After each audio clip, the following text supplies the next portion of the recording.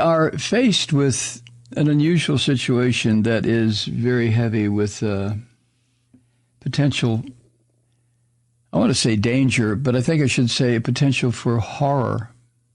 And that is the confrontation that has been building between the United States and Russia. I want to talk about that a little bit.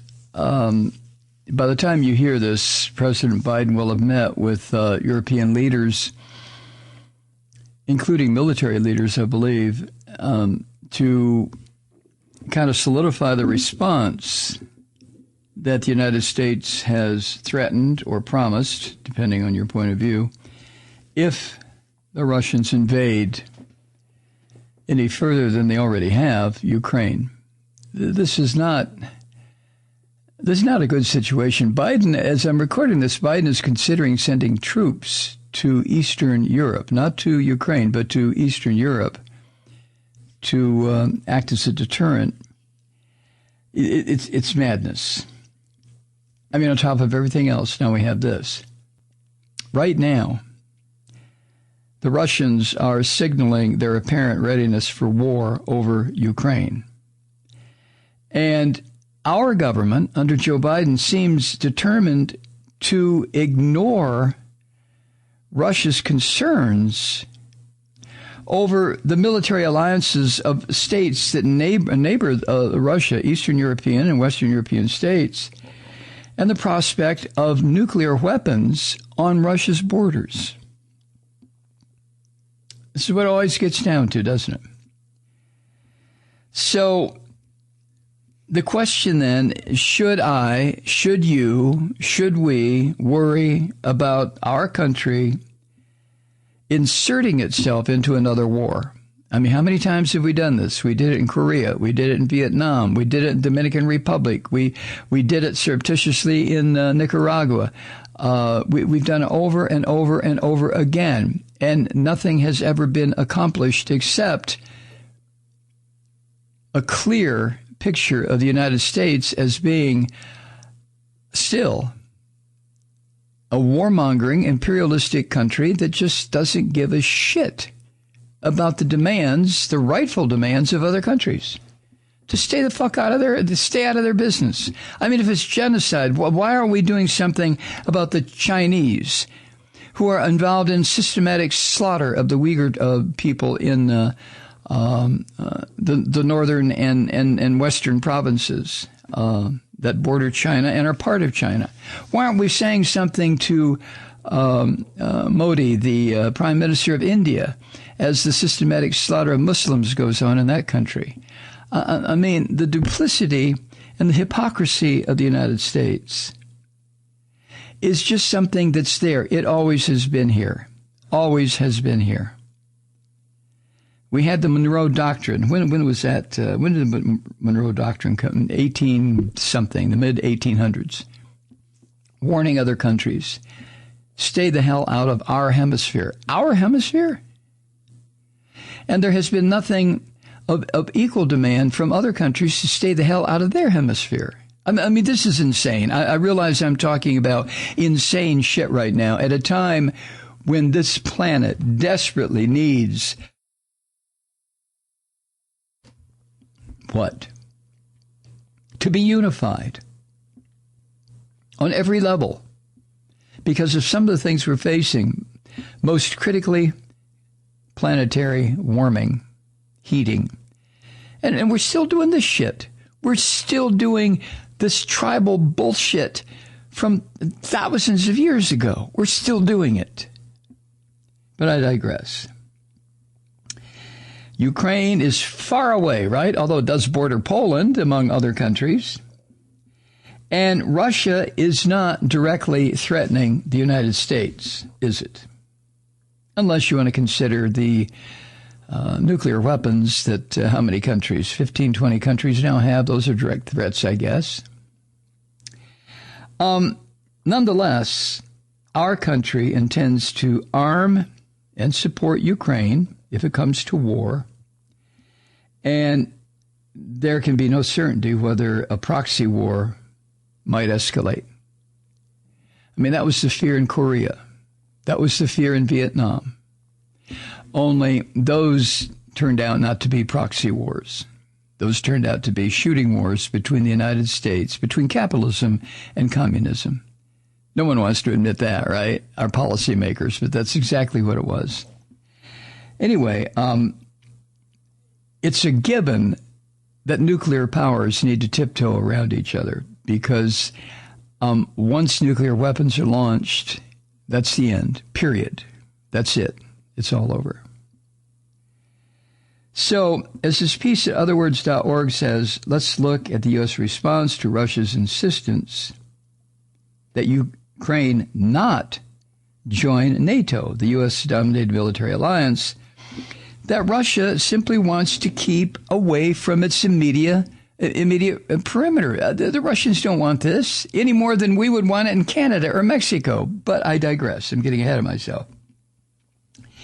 Now, our government, under Biden and under every president I can think of since NATO was put together decades ago, rejects that demand to keep NATO away from Russia's periphery. The U.S. representative at talks with Russia recently declared that NATO and the fact that the NATO is a permanent alliance and is there for a very good reason is to be among America's, what this diplomat called bedrock principles. He also said there would be, quote, no tolerance of overt or tacit spheres of influence, no restrictions on the sovereign right of nations to choose their own alliances, end quote.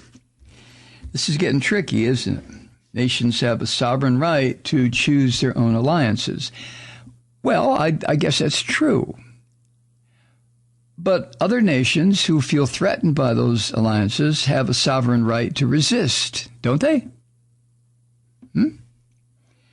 Now, contrary to these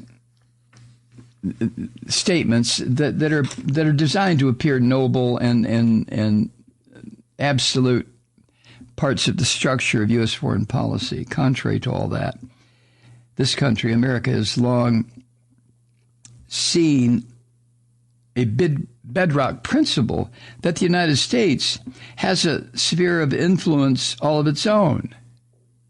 And that's all of North and South America. Everything. Including Canada, Mexico, South, all of it. That is our sphere of influence. Now, again, remember the Monroe Doctrine. When President James Monroe warned European nations that the entire Western Hemisphere was our turf.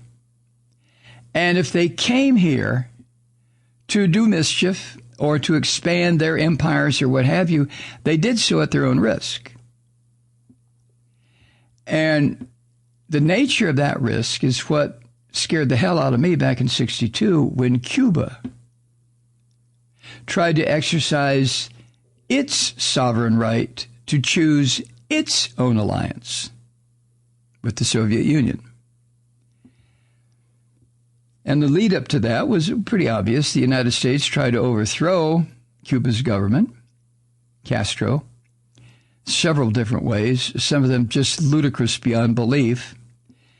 So Cuba chose to ally with the Soviet Union and let the Russians put nuclear missiles in Cuba. I mean, if the United States, this huge behemoth to their northwest, is threatening Cuba with absolute fucking annihilation because they went communist, not because they invaded Florida, not because they were looking for a fight, but because they overthrew a U.S.-backed dictator, Fulgencio Batista, and put together an agrarian reform / communist government, which the United States spent the next, well, what year is it now, 2022?